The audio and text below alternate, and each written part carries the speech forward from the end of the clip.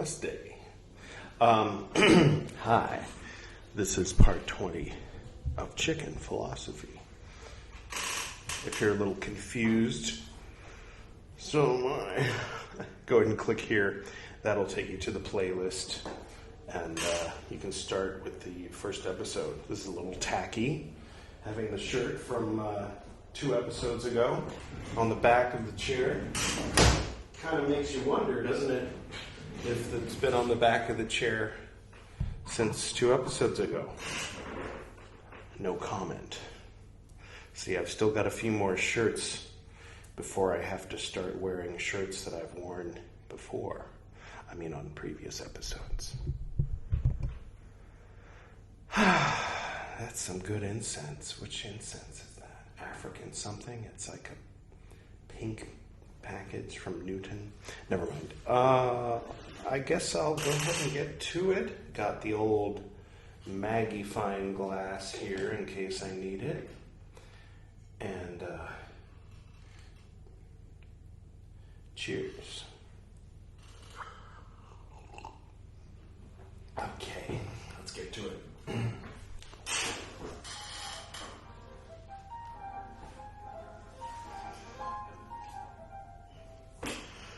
Religious experiences led to new forms of personal relation. Jung noted that, quote, no individual can exist without individual relationships, and that is how the foundation of your church is laid, end quote. This, then, was the task that confronted analytical psychology, to form an invisible church. Where have I heard that? An invisible church, eh?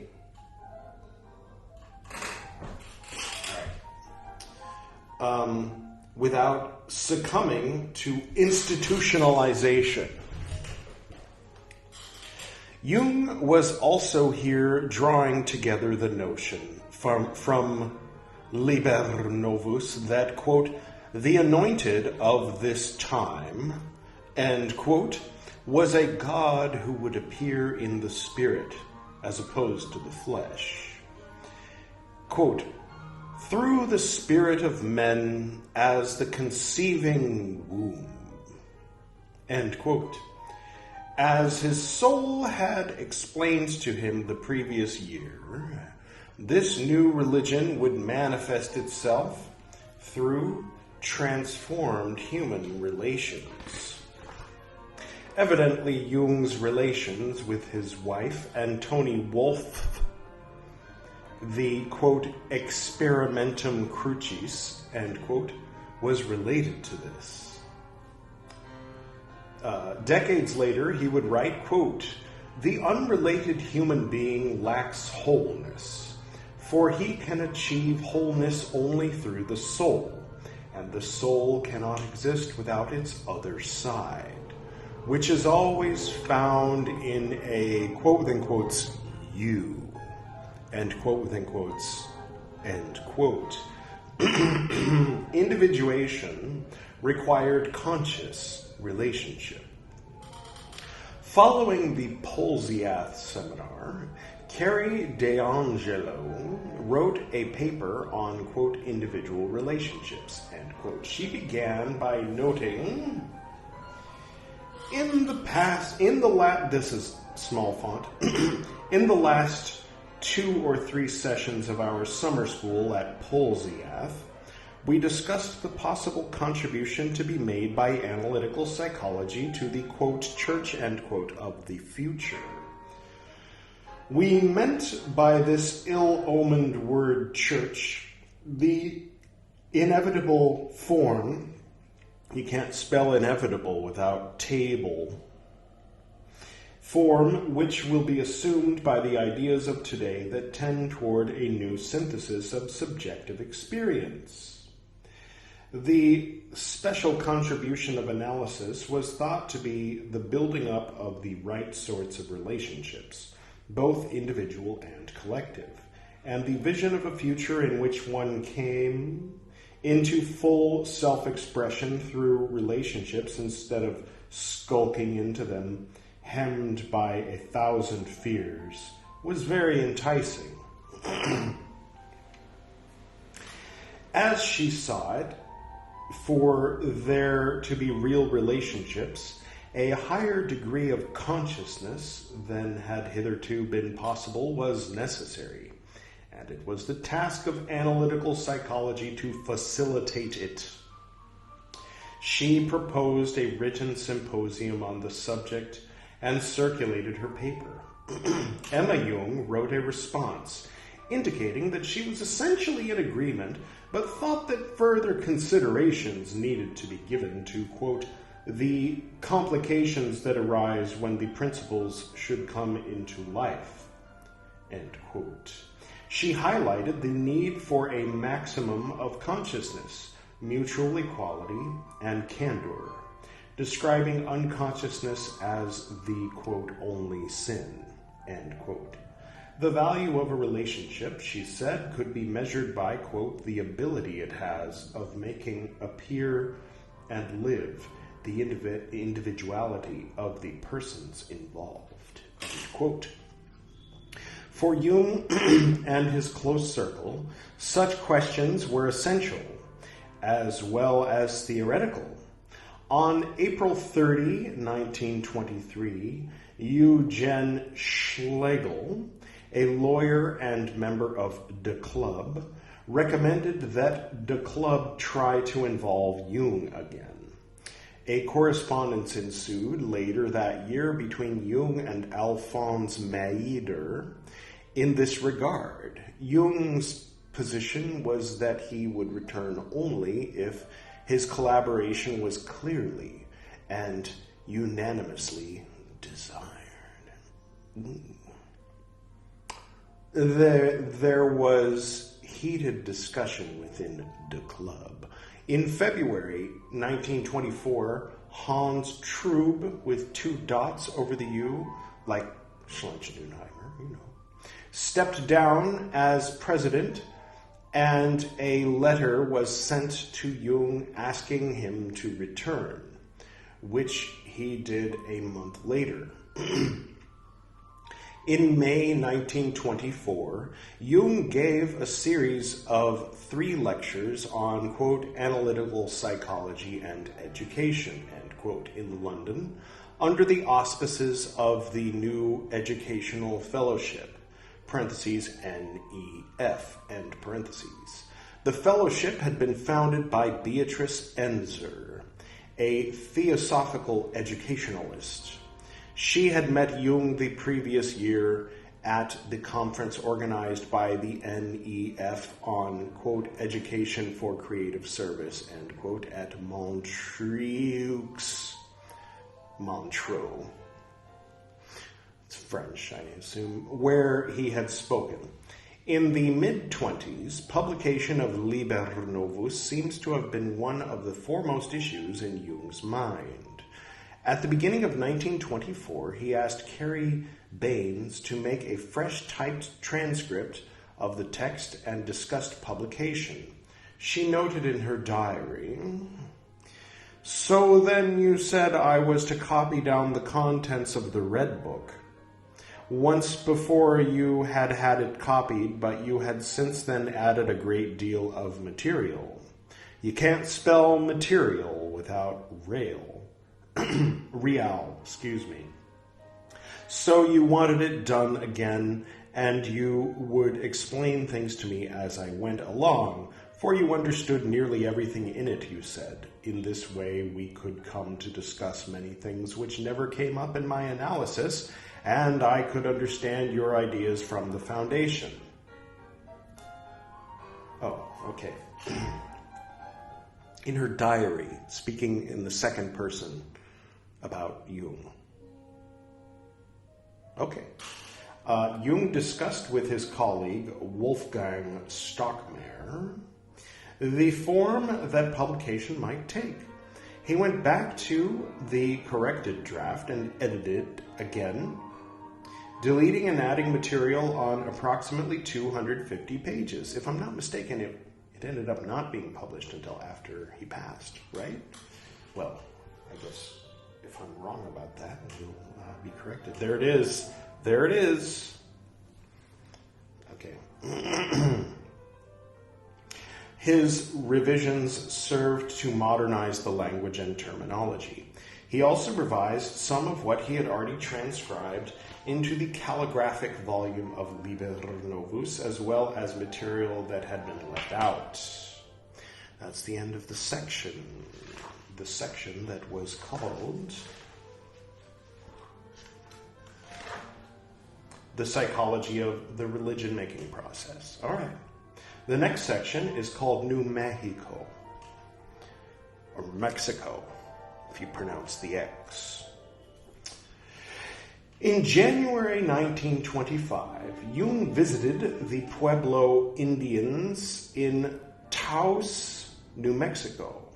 He thought that when he was in the Sahara, he had been with a civilization that had the same relationship to Western civilization that Roman antiquity did. Okay. This led him to want to continue the historical comparison, quote, by descending to a still deeper cultural level. I'll take deeper. Deeper is okay. Watch it. All right, sorry. In the 20s, many artists and writers went to New Mexico in recognition of the bankruptcy of American civilization. Oh, I want to read that sentence again. This is the 1920s, by the way, not the 2020s. I'll read it again, slowly. In the 20s, many artists and writers went to New Mexico in recognition of the bankruptcy of American civilization. I like it. And then there were some that went to Paris, of course, Paris, to do writing, usually. Anyway. Oh, what was that movie? Unfortunately, it's a Warhol, not a Warhol. Who's the guy, the pervert? You know, the one who married his stepdaughter, or whatever. Woody, not Harrelson. Allen? Yeah, I think so. That one. He made a movie. It's actually worth seeing. With I want to say Matthew McConaughey, but it might have been the other blonde guy. Well, anyway, it's worth seeing. I won't do any spoilers. I'll just say it takes place in Paris. Okay. Pirate it, though. Okay. All right, where were we? Yes. The Indians were viewed as people who had maintained their cultural integrity. By the way, we're talking about the First Nations peoples, who apparently, many of which call themselves Indians. They're like, dude, we've been calling ourselves Indians for 500, 600 years. You took everything from us and gave us this stupid name, and now you want to take that too? Fuck you, is the attitude of many First Nations peoples. Anyway, back then they still called them Indians. All right. And being in India here with the real Indians, is that PC? I'm going to keep reading. Alrighty. Speaking of the new season's coming out, and nobody knows who's voicing Doc and Marty.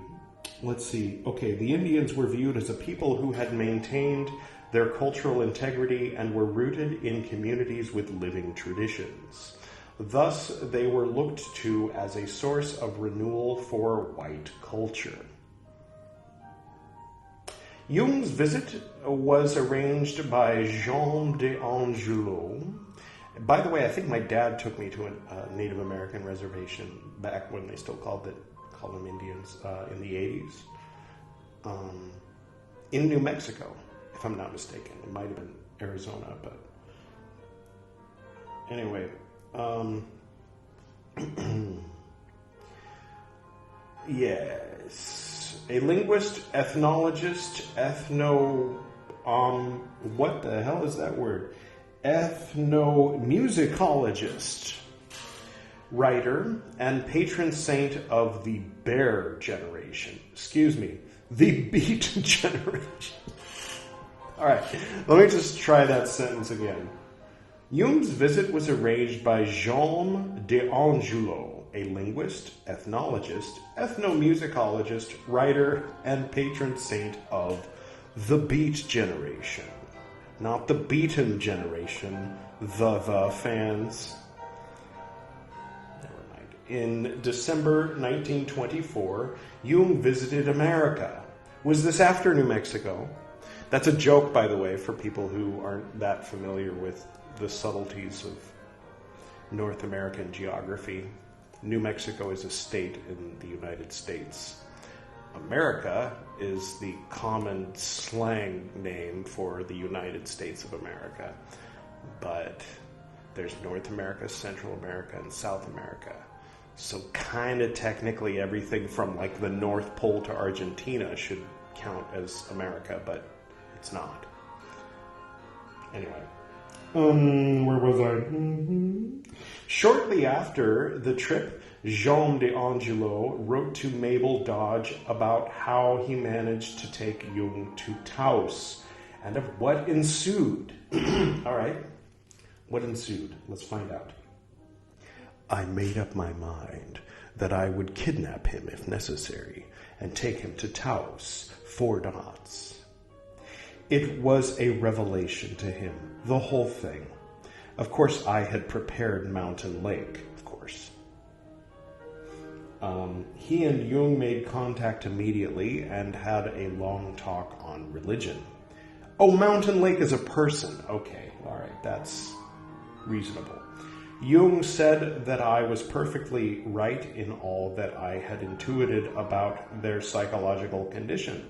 He said that evening, bracket parentheses, comma, end bracket parentheses, quote, I think because in the original writing, he didn't put the comma where he was supposed to before the quote started.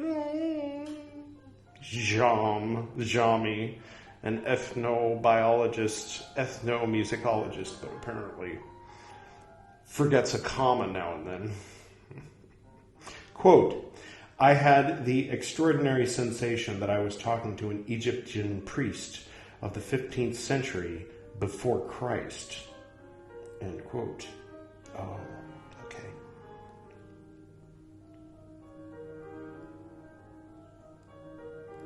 All right, I'm watching you. Not you, Jung. But no, okay, I'll allow it. 2 issues appear to have particularly struck Jung. The first was Mountain Lake's view of the white man.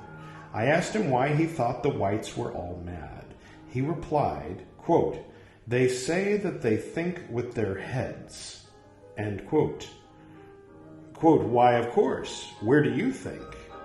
End quote, I asked him in surprise. We think here, he said, indicating his heart. I fell into a long meditation.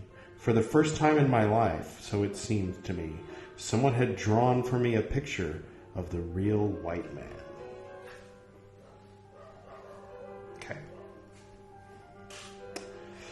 The second was the role of the sun in Pueblo religion and cosmology. Quote, he said, pointing to the sun, quote within quotes, is not he who moves there our Father? How can anyone say differently? Well, you see, the Nords, never mind. How can there be another God? Nothing can be without the sun, end quote within quotes, end quote. I mean, it's a fair point. Mountain Lake added, quote, we are the sons of Father Son. I'm hearing like Dead Can Dance playing in my head, which tells you something about my generation and psychology and whiteness, right? We are the stars which sing. We sing with our life. We are the birds of fire. We fly over the sky. Our life is a voice. We make a road for the spirit to pass over. For the spirit to pass over.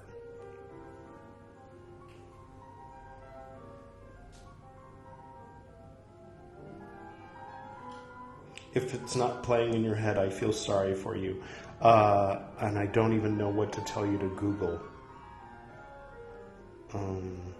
I mean, you could Google "dead can dance," and then in quotes, "for the spirit to pass over," end quote, and then that'll take you to the lyrics, and then you can get the title of the song, and then you can Google that and play it. Just stop watching this and then go listen to that and then come back so that it can be playing in your head while Mountain Lake is talking. Okay, where were we?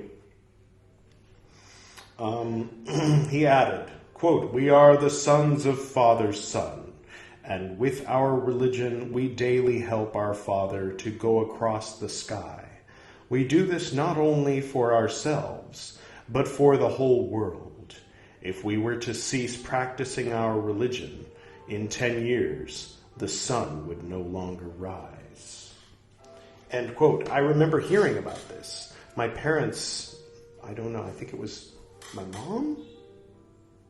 Maybe my dad? I don't know.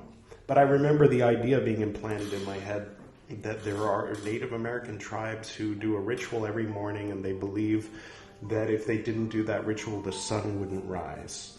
But yeah, I think that this is the source of that meme that they got in their brain and passed to me. And now it's in its unaltered form, that in 10 years it would stop rising. This prompted me one time in 1996 to drive up up Angeles Crest, to turn right onto the road that goes up to the top of Mount Wilson, to go past the point where you usually stop with your date to look at the view, and to go around to the other side. Actually, I parked at the end there and walked to the other side and saw a coyote. And of course, I was, like a practicus in the Golden Dawn, so I was thinking of Anubis, so I followed the coyote, like you do, and went down, and there was a clearing, like an area where there were no trees, like maybe there was like some big rock or, some area where trees didn't grow, and it was flat. And it was, I think, February 15th of 1996. No, 1997. I think. No, that was a different time.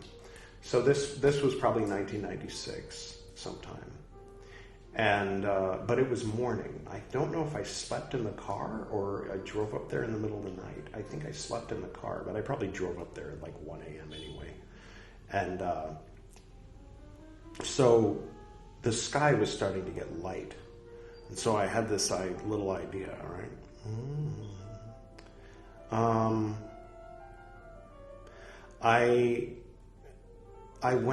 I did Lesser Banishing Ritual, the Pentagram, Lesser Banishing Ritual, the Hexagram, Adoration of the Lord of the Universe, Invocation of the Lord of the Universe, Middle Pillar Ritual, like you do. And, but I was facing east instead of west. And, no. Yeah, no, okay, I did Turbo Middle Pillar, which is where you start with the Divine Name in Absolute, then the Archangelic Name in Bria, the Choir of Angels in Yetzirah, and then the Heaven of Asaya, and Asaya, obviously. Asiya, I know. Anyway, and then I turned and faced east, and then I think I might have done, did I know? I don't know. I don't think I knew. I had peeked ahead, but I don't think I knew the invocation hexagrams of the sun. So I just went through the hierarchy of the sun, and I think I vibrated each one 6 times. And it was timed nicely because the sun started to rise. That little bit of light started to rise. Okay, now I know when this was. Approximately. At least I know what event was surrounding it. And yeah, it was nice. I invoked the sun, and the sun rose. And then that whole day, I was consciously, like, wherever the sun was, I was, like, aware of it. Like, I had something to do with it being there. And it was nice. And it was inspired by the thing my parents told me, which was said by Mountain Lake to Carl Jung. But I didn't know that part of the story until right now. But I already have a story that involves this story, which is fun. And incidentally, there's a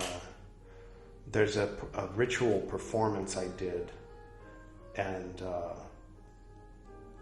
I think for good reason. I did do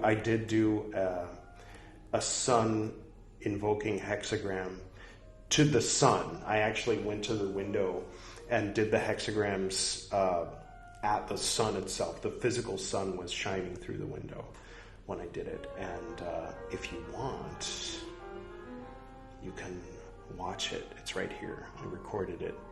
Actually, I live streamed it back in 7 years ago or so. And then put it up on YouTube, I don't know, within the past year. Some fucker came on and was like, oh, you have a whole LARPing room. Do you do sword fights too? And I'm like, yeah. You want to see me put my lightsaber up your butt? I didn't say that. I thought it. I felt it. Assholes. All right. Well, I'll keep reading because there's still a few more minutes. And I haven't finished this section yet. Right. Yes. Jung was impressed to encounter a solar monotheism.